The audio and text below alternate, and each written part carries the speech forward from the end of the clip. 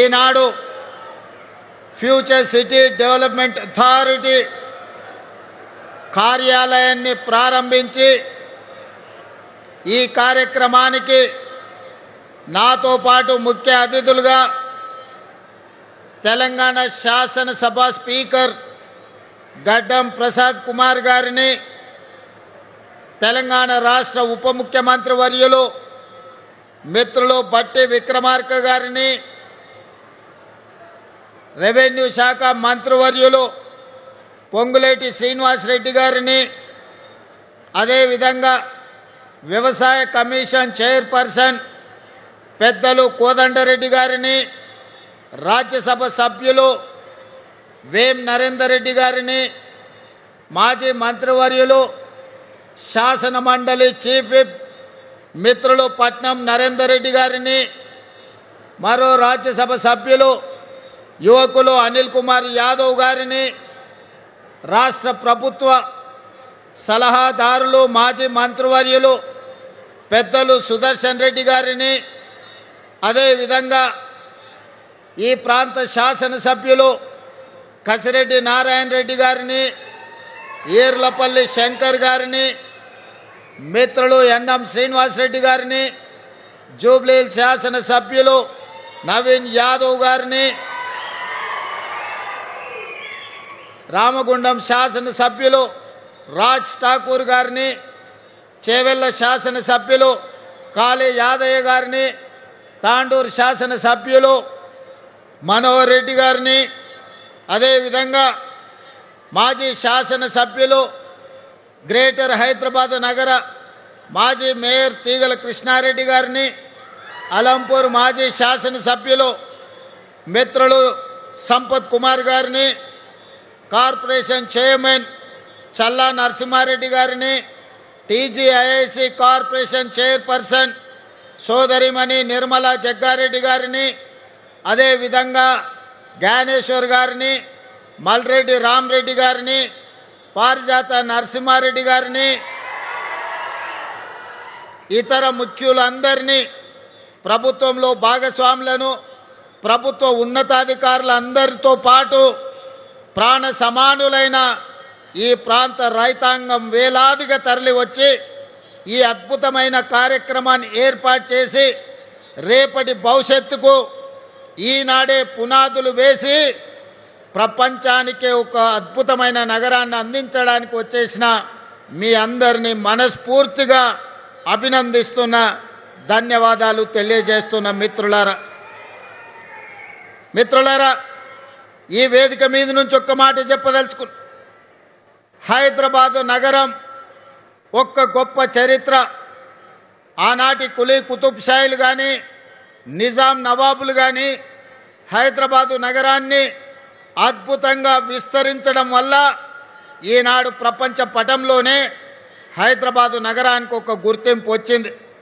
200 ఏళ్ల క్రితం సికింద్రాబాద్ పట్టణాన్ని విస్తరించడం వల్ల హైదరాబాద్ సికింద్రాబాదు జంట నగరాలుగా ఈనాడు రాణించగలుగుతున్నాయి. అదేవిధంగా సైబరాబాద్ ఇదొక సాంకేతిక విప్లవం. ఈ సైబరాబాదే ఈనాడు రాష్ట్ర ఆదాయంలో 60% అందించి తెలంగాణ ముఖ చిత్రాన్ని మార్చి ఈనాడు సైబరాబాదు ప్రాంతంలో 200 కోట్ల రూపాయలకు పైగా భూమి ధర పలుకుతుందంటే బంగారానికంటే రంగారెడ్డి జిల్లా భూముల విలువ ఎక్కువ అని చెప్పి ఈనాడు నిరూపించిన చరిత్ర మన సైబరాబాద్ ప్రాంతానికి ఉన్నది. మిత్రులారా, మీరు ఆలోచన చేయండి. ఆనాడు కులీ కుతుబ్ షాయిలు, నిజాం నవాబులు చార్మినార్ నుంచి గుల్జార్ వాజ్ వరకు, మోజంజాయ్ మార్కెట్ నుంచి కబూతర్ ఖానా వరకు నిర్మాణం చేయకపోయి ఉంటే చరిత్రలో మనకు గుర్తింపు వచ్చి ఉండేదా? ఆనాడు 1908లో తుఫాను వచ్చి వేలాది మంది ప్రాణాలు కోల్పోతే చలించిపోయిన నిజాం సర్కార్ గండిపేట హిమాయత్ సాగర్ నిర్మించడమే కాకుండా మూసా ఈసా నదుల యొక్క ప్రవాహాన్ని నగరం మీద ఉప్పెనై కప్పేయకుండా మూసీ నదిని ఆనాడు నిర్మించబట్టే కదా ఈనాడు చరిత్రలో గొప్ప నగరంగా మనం రాణించగలిగినాం. సికింద్రాబాద్ కంటోన్మెంట్ ప్రాంతంలో ఆర్మీని నివసించడానికి ఆర్మీ ఉత్పత్తి చేసిన యుద్ధ సామాగ్రిని అక్కడ దాచుకోవడం వల్లనే కదా ఈనాడు శత్రు దుర్భేద్యమైన నగరంగా మన జంట నగరాలు నారినిచ్చినాయి. అదేవిధంగా స్వతంత్రం వచ్చిన తర్వాత ఆనాటి ముఖ్యమంత్రులు ఆలోచన చేసి భవిష్యత్ ప్రణాళికలకు కార్యాచరణ చేసి సైబరాబాదు నగరాన్ని నిర్మించి సైబరాబాద్ అనే ఒక గొప్ప నగరాన్ని ఈనాడు ప్రపంచానికి అందించిండ్రు కదా. ఆ రోజు కూడా హైటెక్ సిటీ అంటే నవ్వినోళ్ళు ఉన్నారు, ఔటర్ రింగ్ రోడ్డుని అడ్డుకున్న వాళ్ళు ఉన్నారు, అంతర్జాతీయ ఎయిర్పోర్టు వద్దే వద్దని పట్టుబట్టిన వాళ్ళు ఉన్నారు, ఐటీ కంపెనీలు ఫార్మా కంపెనీలు మాకు వద్దే వద్దు, జీనోమ్ వ్యాలీ మాకు అవసరమే లేదు అని చెప్పిన వాళ్ళు ఉన్నారు. ఆనాడు అభివృద్ధిని అడ్డుకోవాలని, ఈ నగరం అభివృద్ధి చెందొద్దు, ఈ ప్రజలు బాగుపడొద్దని ఆనాడు కూడా కుట్రలు కుతంత్రాలు చేసి కడుపులో విషం, మూసీలో ఉన్న కాలుష్యానికంటే ఎక్కువగా పెట్టుకొని విషం జమ్మిన నాయకులు కూడా ఆనాడు ఉన్నారు. కానీ ఆనాటి ముఖ్యమంత్రులు ఔటర్ రింగ్ రోడ్ కానీ, హైటెక్ సిటీ కానీ, అంతర్జాతీయ ఎయిర్పోర్ట్ కానీ, ఐటీ కంపెనీలను కానీ, జీనోమ్ వ్యాలీని కానీ, మైక్రో ఇన్ఫోసిస్, గూగుల్ లాంటి సంస్థలను తేకపోయి ఉంటే ఈనాడు 10 లక్షల మంది తెలంగాణ యువకులకు ప్రపంచం నలుమూలల ఐటీ నిపుణులుగా రాణించవాళ్ళ ఒక్కసారి ఆలోచన చెయ్యండి. అదేవిధంగా ఆనాటి నుంచి ఈనాటి వరకు రామాయణంలో రావణాసురుడు ఉన్నట్టుగా ఈనాడు మన నగర అభివృద్ధిలో రావణాసురులు, మారీచులు, సుబాహులు, శుక్రాచార్యులు అందరూ ఉన్నారు. శుక్రాచార్యుడు ఫామ్ హౌస్లో వండిండు, మారీచుడిని సుబాహుల్ని మన మీదికి వదిలిండు.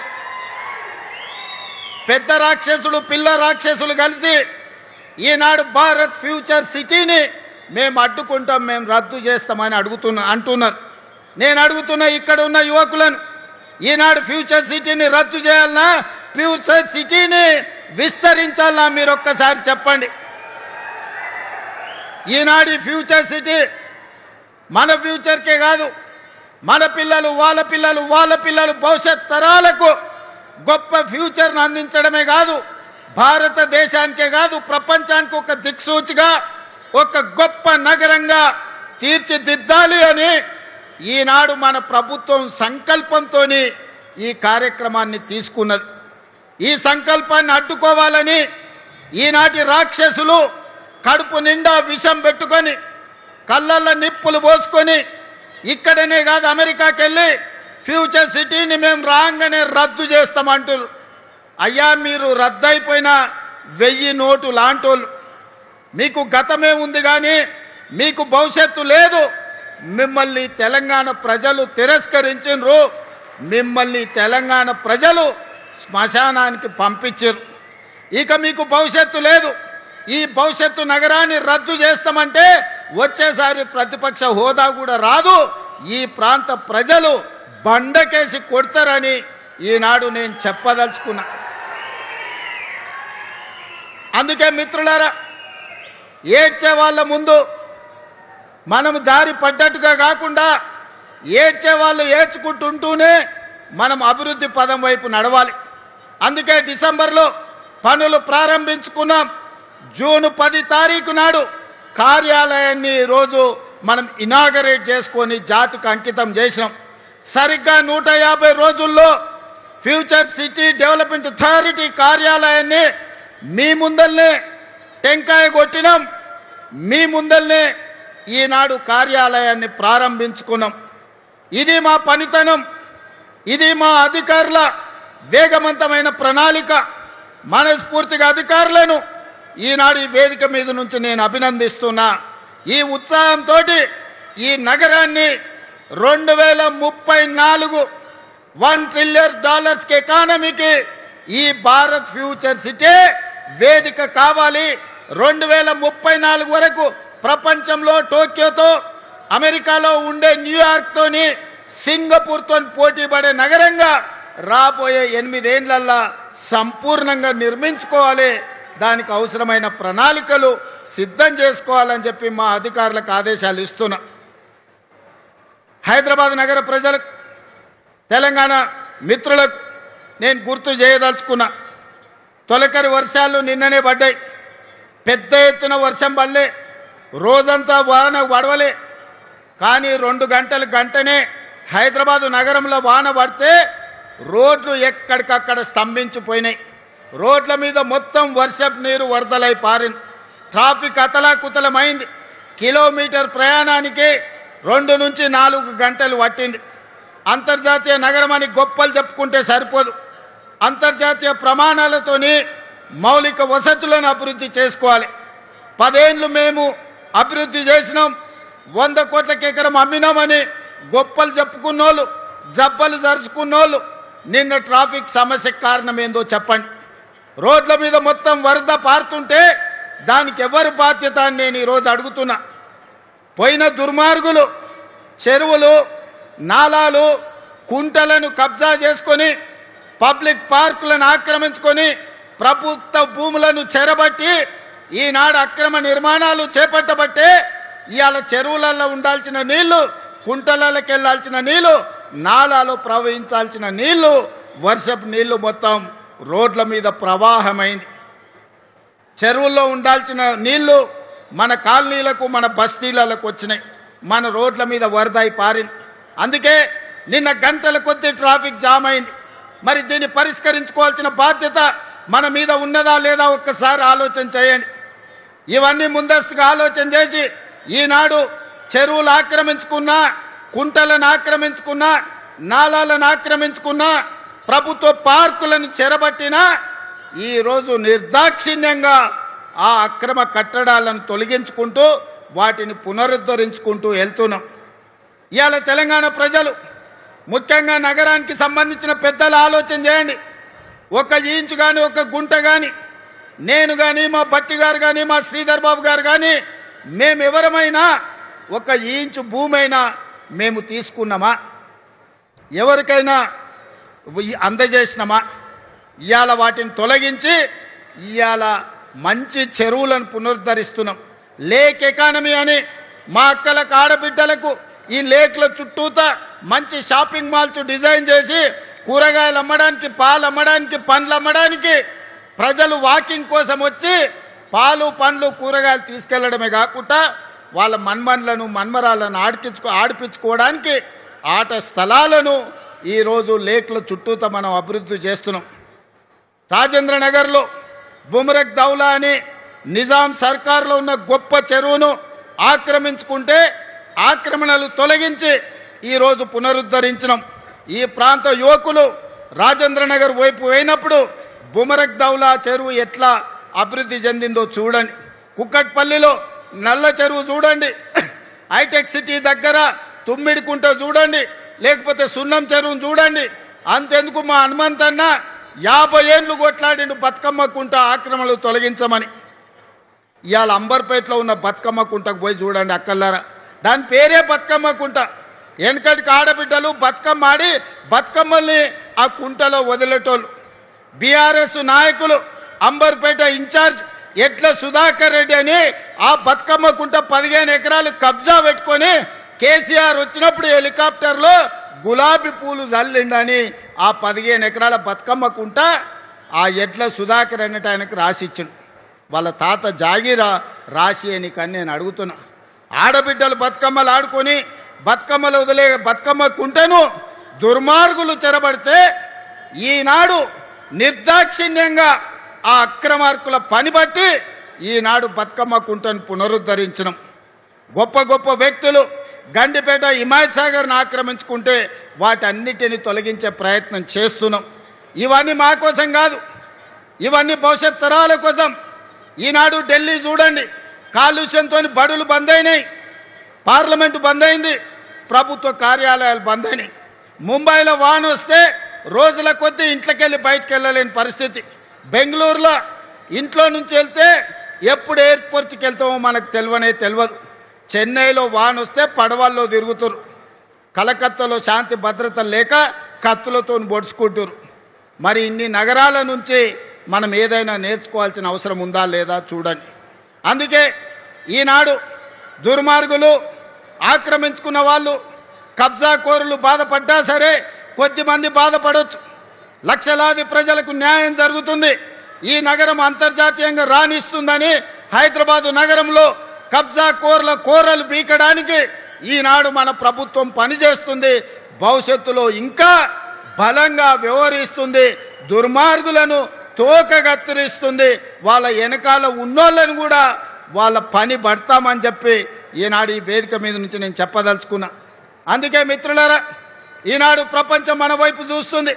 చరిత్రలో జూన్ 10, 2026 తారీఖు చరిత్రలో సువర్ణ అక్షరాలతో లిఖించబోతున్నాం. భారత్ ఫ్యూచర్ సిటీలో ఈనాడు green pharma, sports, education, health, అదేవిధంగా AI, data centres, GCC centres, global fortune 500 కంపెనీలను వీడికి రప్పించేదానికి ఈరోజు పునాది వేసుకున్నాం. పోయిన డిసెంబర్లో గ్లోబల్ సమ్మిట్ ఇక్కడనే ఏర్పాటు చేసినాం. ప్రపంచ దేశాలన్నిటినీ ఇక్కడికి రప్పించగలిగినాం. మళ్ళీ డిసెంబర్లో గ్లోబల్ సమ్మిట్ను మా శ్రీధర్ బాబు గారి నేతృత్వంలో అద్భుతంగా నిర్వహించి ఇక్కడికి ప్రపంచ దేశాలను రప్పించడమే కాదు, వాళ్ళ పెట్టుబడులను ఆకర్షించి మన స్కిల్స్ యూనివర్సిటీలో, మన ATCలలో చదువుకున్న వాళ్ళకు లక్షలాది మందికి ఉద్యోగ ఉపాధి అవకాశాలు కల్పిస్తాం. అందుకే మిత్రులారా, ఈనాడు మీరందరూ KLR గారి నేతృత్వంలో ఫ్యూచర్ సిటీ డెవలప్మెంట్ అథారిటీలో మీ గ్రామాలను కలపాలని మీరు ముందుకు వచ్చిండ్రు. మీరు తీర్మానాలు చేసిండ్రు. మా కసిరెడ్డి నారాయణ రెడ్డి కల్వకుర్తి ఎమ్మెల్యే గారు కూడా కొన్ని ప్రతిపాదనలు తెచ్చిండు. ఇవాళ సూచన ప్రాయంగా కొన్ని గ్రామాలను ఫ్యూచర్ సిటీలో కలిపినాం. భవిష్యత్తులో కార్యాలయం ఇక్కడనే ఉంటుంది. గ్రామాల వారీగా చర్చలు చేసి వాళ్ళందరినీ కూడా ఫ్యూచర్ సిటీలో కలుపుతుంది ప్రభుత్వం. ఈ ఫ్యూచర్ సిటీనే దేశానికే కాదు ప్రపంచానికే ఒక గొప్ప నగరంగా రాణిస్తుందనడంలో ఎవరికి ఎలాంటి అనుమానాలు లేవు. అడ్డం పడ్డోళ్లను అడ్డంగా తొక్కుకుంటూ పోతారు ఈ ప్రాంత రైతాంగం, ఈ ప్రాంత ప్రజలు.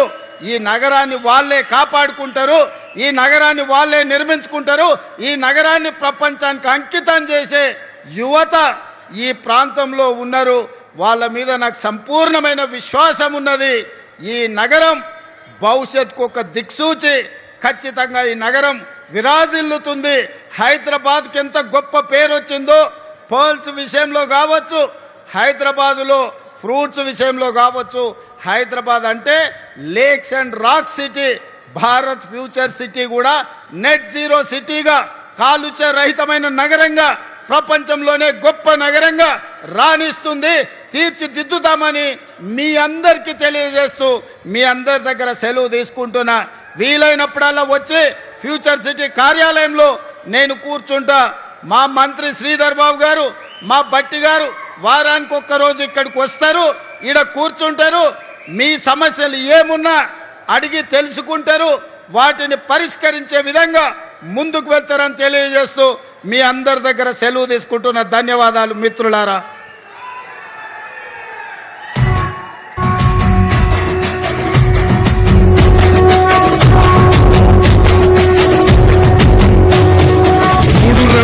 జెండా బట్టి సింగమోలే కదిలినాడు ఒక్కరో కాంగ్రెస్ సూర్యుడు మన రేవంత్ అన్న నిక్కదీసి అడిగే మునగాడు. వీడు భూమిన వానైతాడు, సాదల ధైర్యం వీడు, దొంగ దొరల భరతం పడతాడు. మన రేవంత్ అన్న పేద ఇంటికి పండుగ తెస్తాడు. సోనియమ్మ దివెనతోని రాహులన్న సైనికుడయ్యి పెద్ద కొడుకై యుద్ధం చెయ్య సిద్ధమాయే రేవంత్ అన్న. 3 రంగుల జెండా బట్టి సింగమోలే కదిలినాడు ఒక్కరో కాంగ్రెస్ సూర్యుడు మన రేవంత్ అన్న నిక్కదీసి